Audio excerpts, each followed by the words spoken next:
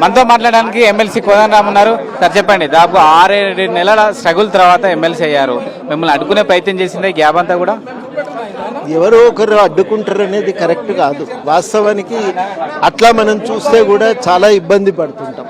ఈడ చాలా కీలకమైందంటే ఒక ఘర్షణ అనేది రాష్ట్ర రాజకీయాలు తెలంగాణ ఏర్పడినప్పటి నుంచి కొనసాగుతున్నాయి. ఒకవైపు నిరంకుశ పాలనతో తెలంగాణపై ఆధిపత్యం చెలాయించాలనుకున్న శక్తులు టీఆర్ఎస్ రూపంలో ప్రయత్నం చేస్తే, మరొక వైపు మాలాంటి వాళ్ళందరం కూడా మేము ఒక ప్రజాస్వామిక విలువలను కాపాడటానికి ప్రయత్నం చేసినాం. ఈ ఘర్షణలో భాగమే. మీరు ఏది చూసినా ఈ ఘర్షణలో భాగంగానే చూడండి, కానీ దాని నుంచి విడిగా చూస్తే మనకి ఏది అర్థం కాదు. అందులో భాగంగా చూసినప్పుడు తప్పకుండా ఒక ప్రజాస్వామిక విలువల కోసం మేము నిలబడవలసిన అవసరం ఉందనే స్పష్టత ఉంది. ఆ స్పష్టత ఉంది కాబట్టి చిన్న చిన్న పరిణామాలకే మేము బెదిరిపోలేదు. వీటి వల్ల మా పని ఆగలేదు.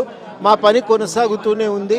గతంలో ఎట్లా చేసినామో భవిష్యత్తులో కూడా అదే విధంగా కొనసాగుతుంది. టీజీఎస్ నుంచి కోదండరామ్ ఎమ్మెల్సీ అయ్యారు. ఇప్పుడు కార్పొరేషన్ చైర్మన్ల పదవులు కూడా భర్తీ చేయబోతుంది కాంగ్రెస్ పార్టీ. ఏమన్నా మీ పార్టీలో మిగతా వాళ్ళకి అవకాశం వచ్చే ఛాన్స్ ఉందా? తప్పకుండా కలుస్తాము, అడుగుతాం, మాట్లాడతాం. అది కూడా వాళ్ళు ఇచ్చిన హామీ మేరకు భాగస్వామ్యం ఏ మేరకు విస్తరించుకోగలిగితే ఆ మేరకు సాధించే ప్రయత్నం చేస్తాం. ఓకే, మీ ఎమ్మెల్సీ ప్రమాణ స్వీకారం అయిపోయింది. ఇదే సందర్భంగా కాంగ్రెస్ పార్టీ కేబినెట్ విస్తరణకు సిద్ధం కాబోతోంది. ఇవన్నీ కూడా కోయిన్సిడెన్స్గా జరిగినప్పటికీ కోదండరామ్ పేరు మంత్రివర్గంలో ఓటుతుందనే ఒక చర్చ జరుగుతున్న నేపథ్యంలో అలాంటి సంకేతాలని, అలాంటి ఆశగానే మీకుందా? దాని గురించి నేను ఇప్పుడు మాట్లాడదలుచుకోలేదండి. అది ప్రభుత్వం తీసుకోవాల్సిన నిర్ణయం. ప్రభుత్వం తీసుకున్నప్పుడు దాని మీద మాట్లాడదాం. మీ ఎమ్మెల్సీ ప్రమాణ స్వీకారం సందర్భంగా బీఆర్ఎస్ ఒక విమర్శ చేస్తూ ఉంది. ఒక ఎస్టీ, ఒక బీసీకి సంబంధించి ఎమ్మెల్సీ రావాల్సింది, దాని మొత్తం కూడా కాంగ్రెస్ పార్టీ ఒక రెడ్డికి, ఒక మైనార్టీ కట్టబెట్టింది. ఇది బీసీలకు, ఎస్టీలకు నష్టం చేసిందని విమర్శ చేస్తూ ఉంది. అని చెప్తా. నిర్ణయం నేను తీసుకున్నది కాదు కదా, వ్యక్తిగతంగా ఇది నా చేతిలో ఉన్నది కాదు కదా. ఈ నిర్ణయం అనేది ఆ ప్రభుత్వం మారింది. వాళ్ళు అప్పుడే రెండోసారి కూడా పంపి ఉంటే ఏం జరిగేది?